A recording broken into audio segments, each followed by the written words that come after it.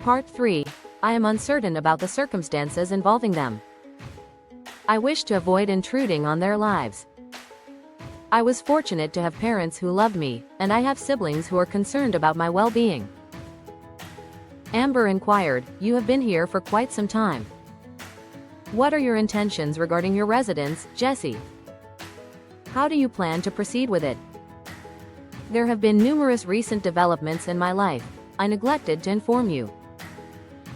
I apologize for the delaying this information. I don't intend to return in the near future. The house has already been leased to a respectable family of 4. I am pleased that you did so. Several days later, an individual contacted Jesse at his workplace, requesting to speak with him. She introduced herself as Ms. Daniels. Ms. Daniels, he responded, understanding it pertained to professional matters. She had been engaged in business transactions with the company for several years. Good day, Ms. Daniels.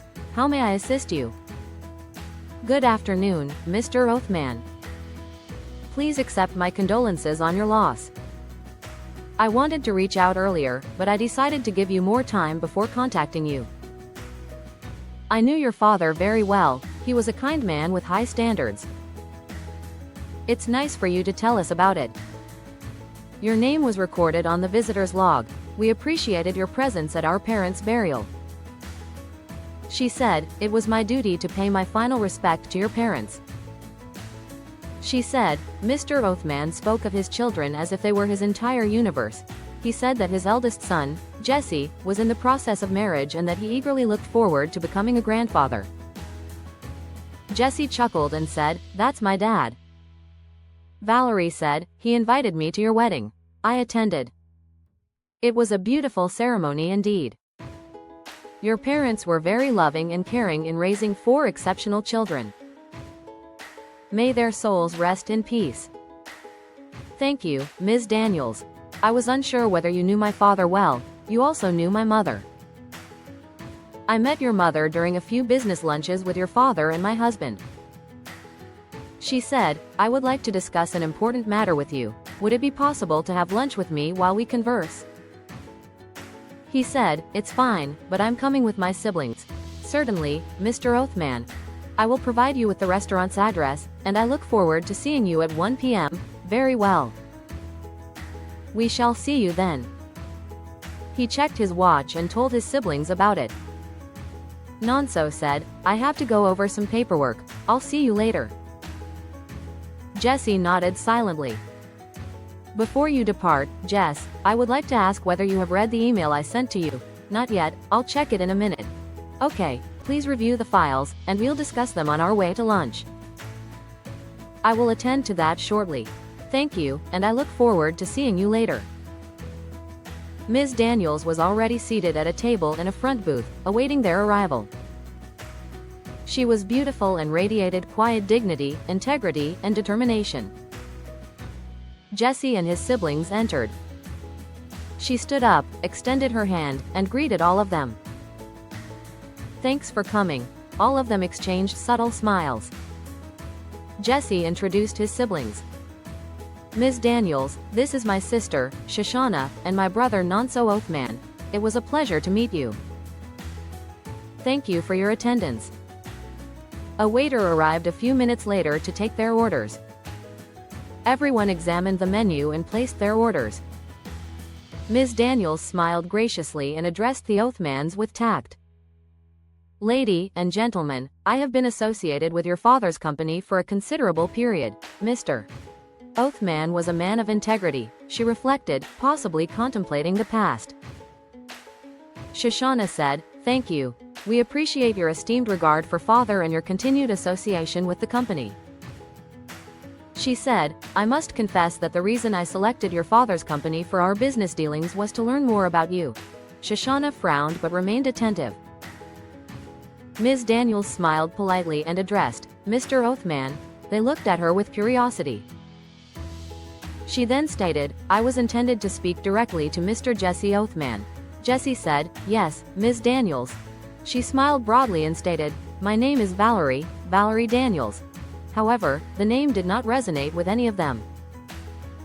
She remarked, "What had occurred was extremely tragic. Nevertheless, I wish to speak with you, but not about business." It appeared that Shoshannah did not heed the negated word. She stated, "I understand. As you are aware, we collaborated with our father for several years prior to his demise. Please present your questions, and we will answer accordingly.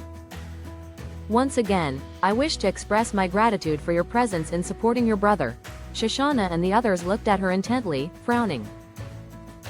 Ms. Daniels proceeded with a smile. "I have named you Jesse." He frowned. She said, "My name is Valerie. My maiden name is Rin. I did not include it in the letter I left for you and your mother." It just dawned on Nonso. He looked at Valerie with widened eyes and exclaimed, "Valerie." "Yes. I left a note attached to a sky blue baby blanket in which you were wrapped. I am uncertain whether you read or heard about it, or if you didn't know the fact that you were adopted as a newborn." Jesse looked at his siblings, rose from his seat, and gradually pulled the chair back without awaiting Valerie's clarification.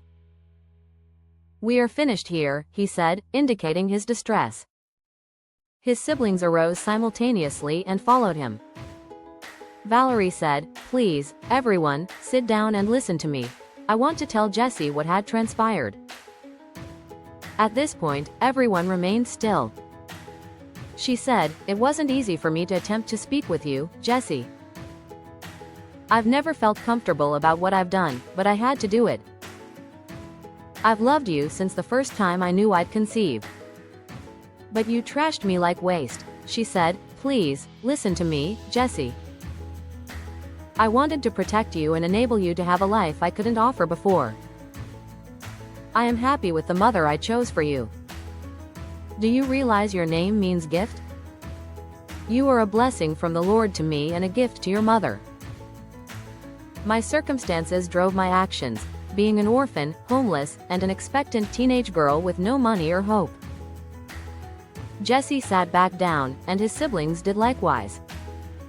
Valerie looked at him and said, "Thank you," then continued, "The day I was supposed to leave the hospital, knowing I was homeless, they told me I had to give you up for adoption. But I didn't know what kind of home you would be in, so I left the hospital with you, even though I had nowhere to live with you." Reflecting on her adversity, she wept. The construction of the steps appeared to be designed with someone of my profile in mind. I stayed there, observing the lady nearly every day, except during inclement weather. On one occasion, she received a phone call and stood to converse precisely where I was resting. This occurred approximately 1 week before my anticipated delivery. During their discussion of business affairs, I learned that her name was Tekoa. Nonso lowered his head, Shoshannah crossed her arms, and Jess's eyes were red with unshed tears. Valerie said, "I could tell she was caring and loving. She spoke of people as if they were family. Then it occurred to me that she would be your mother. Yes, she was the mother I aspired to be, but couldn't. I cried. I prayed. I wished for something better, a home to cover our heads, but it didn't happen." Shoshannah wanted to hold her hand, but refrained. Valerie said, "When I returned home from the hospital, which was under the steps, imagine the sea wind at night." She wept and wiped her eyes quietly. After 9 days, the situation persisted. I required milk and diapers, the basic necessities, but I was unable to afford them. I was concerned that you might become ill, and the worst could occur, therefore, I acted on my love for you.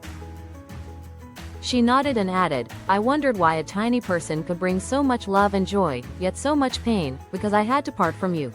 Tears streamed down everyone's faces except Jess's. "Jesse, we had a connection. I talked to you while you were in my belly as if you were my best friend. Well, you were my best friend. I only had you to talk to." Shoshannah reached for a napkin to wipe her face. Valerie proceeded to say, "On certain occasions, I shared ideas and sought your opinion. When you did not protest by a kick, I inferred agreement. I was holding you in my arms and inquired, Jesse, what are your thoughts about the lady I mentioned? Would you like her to be your new mother? Do you believe she would treat you well? You smiled for the first time, as if it were your agreement. After overhearing her conversation at the beach, I became convinced she would take care of your well-being. I found solace in that. So, I asked you again, and you responded with a smile. You went with her 2 days later. While it was the most sensible decision we made together, it was also the hardest for me, as I longed and wept for you each day. It is reassuring to acknowledge that your actions and decisions were made with the intention of prioritizing my well-being. However, Ms. Daniels, consider the possibility that your judgment was incorrect, and I incurred harm while you left me unattended. If the narrative resonated with you, kindly like, share, and subscribe. As we are in the process of developing this channel, your support would be greatly appreciated. Thank you. Although I was unseen, I was present, Jesse. I understand that you are upset, however, considering your well-being, I made the most appropriate decision on your behalf. Envision having a newborn with neither diapers nor milk, except for mine. There were times I was so hungry yet had to prioritize feeding you. But that's not the issue, Ms. Daniels, she said. I am aware that you are upset. You have the right to your feelings, but it has not changed the fact that I was desperate. When you were born, after carefully contemplating for several days whether to keep you, I believed that if you stayed with me, I might have lost you to CPS or worse. I acted in what I believed to be your best interest while I kept an eye on you. But Ms. Daniels, she stated, Jesse, I am profoundly grateful to Ms. and Mr. Oathman for supplying you with the essentials which I was unable to provide. Moreover, they extended love, attention, and security to you. You are now handsome, mature, and healthy. I thank God for the man you have become due to their influence. If you believe my decision to safeguard you was a mistake, please tell me what you could have done differently had you been in my position. I don't see the difference between being disposed of in a garbage bin or discarded by the steps at the beach. He stood up, pulled his chair back, and said, Please, henceforth, keep your distance from my family and me. His siblings likewise departed, leaving Valerie sitting alone in the restaurant. He did not speak to his siblings. Shoshannah drove him home, as he was not in any condition to work. She went into the kitchen and prepared 2 cups of tea. They sat at the island, took seats, and held hands. Jesse, how do you feel? I don't know. I'm confused and upset. I thought we were going to a business lunch, but it turned out to be an ambush. It was like falling into a volcano. My mind is in chaos right now. Why didn't she leave things as they were? I lost my loving and nurturing parents, let me grieve in peace. That woman shouldn't have added to my grief. I understand your feelings, Jess, but please do not overanalyze the situation. A few days thereafter, Shoshannah went out for lunch. The man whom she and Jesse had encountered multiple times eventually summoned the courage to approach her. He smiled and said, Hi, good afternoon, she replied. This is a lovely day. Are you going to lunch? He inquired with curiosity. Yes, I am going to the nearby restaurant for lunch. May I join you for lunch, if you don't mind? She glanced at him and said, I don't go to lunch with strangers. He said, Wow, my apologies. I forgot my manners. My name is Ron Blake. I work at the building across the street from yours. She smiled and said, Nice to meet you, Mr. Blake. They went out to lunch and enjoyed themselves. Henceforth, they occasionally had lunch together and sometimes dinner. Shoshannah had finally introduced her siblings to Ron.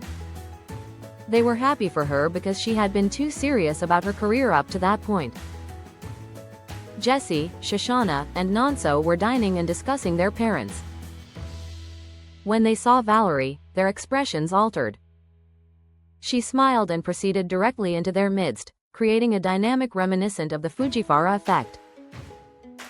May I sit down? She inquired. They held their gaze for a moment, possibly contemplating her intentions. Jessie stated, "Ms. Daniels, we are presently participating in a family luncheon and would appreciate not being disturbed. Should there be any matters of business, please contact us in advance to arrange a meeting. We thank you for your understanding and kindly request that you proceed accordingly. Thank you."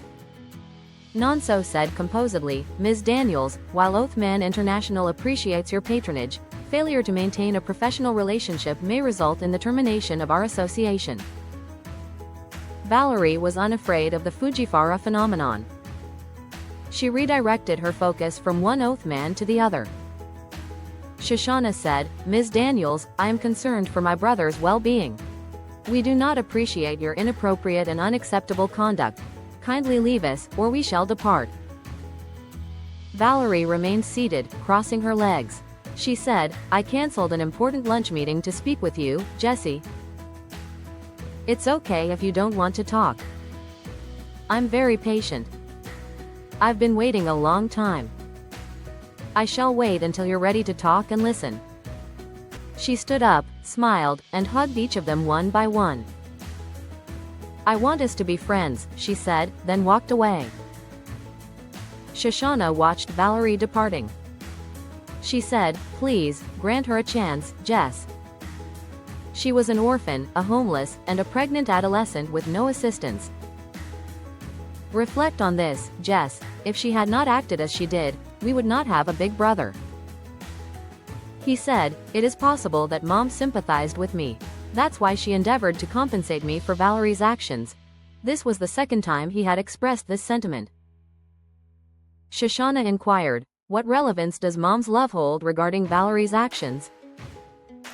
Did you not perceive Mom's actions as sincere? She would likely have been distressed had she overheard your remark." "Jessie, I am very disappointed in you." Nonso replied, "Jess, I never thought you would say such things about Mom." Tears streamed down Jess's face as he spoke, as if Tekoa were present. "I'm sorry, Mom. I'm just confused. I know you loved me with all your heart." Shoshannah said, "Yes, she did love you. Always remember you were their first child and first love. You were the first to address them as Mom and Dad." With a smile, she added, "I must admit, I am envious." He smiled through tears and said, "Stop it, knucklehead." They embraced each other. "Thank you. I know Valerie will not leave us alone. What should we do about her?" She asked, "Jess, will you please give Valerie a chance? Open your heart to her. Because of circumstances beyond her control, she faced significant adversity from an early age. Don't punish her for loving you. If it hadn't been for her, I wouldn't know you, and Mom wouldn't love and spoil you. But, Shona, think of what she did." She said, "I acknowledge your emotions, but what she did was an altruistic act. You might have died without adequate care. Despite knowing your whereabouts and having seen you, she concealed her identity from our parents. But, sis, what does that have to do with me being left at the beach? Despite all that Valerie has conveyed to you, do you not believe she merits an opportunity to know you? Kindly consider speaking with her to understand her. Ask if she has children. You are their elder brother, after all." She remarked, "The elder brother of all your siblings." He said, "Fine. I'll give her a chance. I was wondering if she has other children. If not, it might explain her desire to establish a connection with me." Shoshannah smiled, "Whatever the reason may be, I want you to talk to her. Give her a chance to get to know you." He nodded. Shoshannah introduced her boyfriend, Ron Blake, to her siblings, with Samira present. They posed a series of questions to him.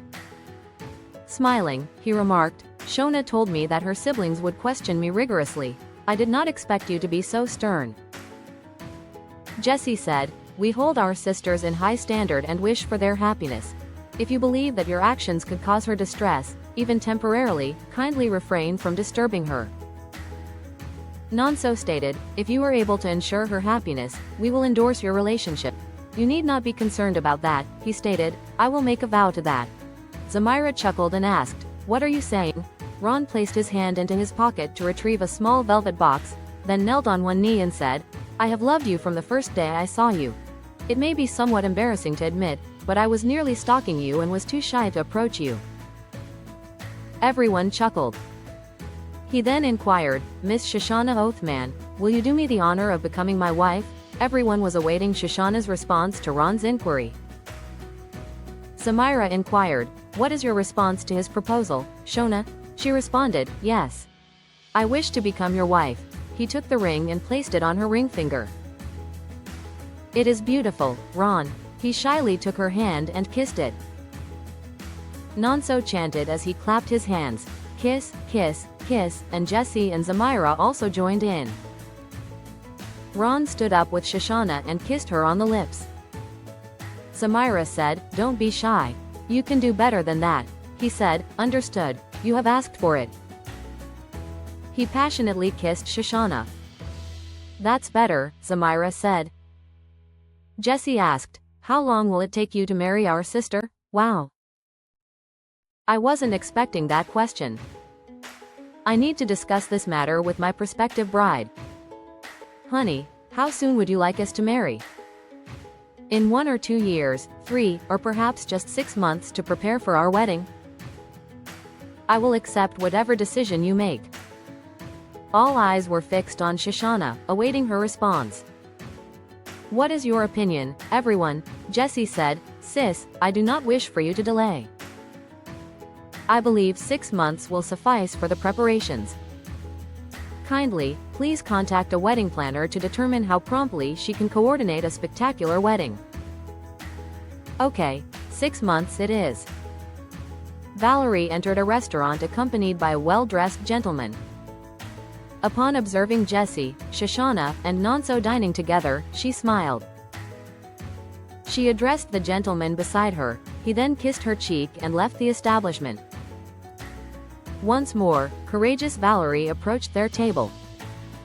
She courteously addressed the group, saying, good afternoon, lady and gentlemen. Shoshannah smiled as Jesse and Nonso nodded. Good afternoon, they said in unison. She inquired, may I take a seat at your table? They exchanged glances and nodded, yes, thank you. I sincerely apologize for what transpired. I understand you are in much pain. I am empathetic, but I have no emphatic words to apologize. Please know that hurting your feelings was never my intention. Several years following your birth, I met the father of your sibling. Without preamble, Shoshannah exclaimed, oh, Valerie said, we fell in love and entered into matrimony.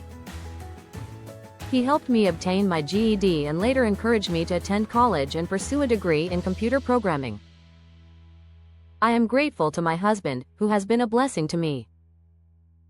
He dedicates himself fully to the family. I sincerely appreciate his support. How many children do you have? Shoshannah asked. I have 3 additional children, 2 daughters and another son. They have been waiting patiently to meet all of you. I advise them to be patient.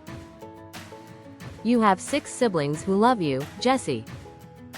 Kindly allow your other siblings the opportunity to know you. Also, kindly grant me the same. Besides, I want to meet Amber. You know my wife's name, certainly. Your parents extended an invitation to me. When do you want to meet the family? Nonso asked, when can we meet our siblings? Valerie smiled through her tears.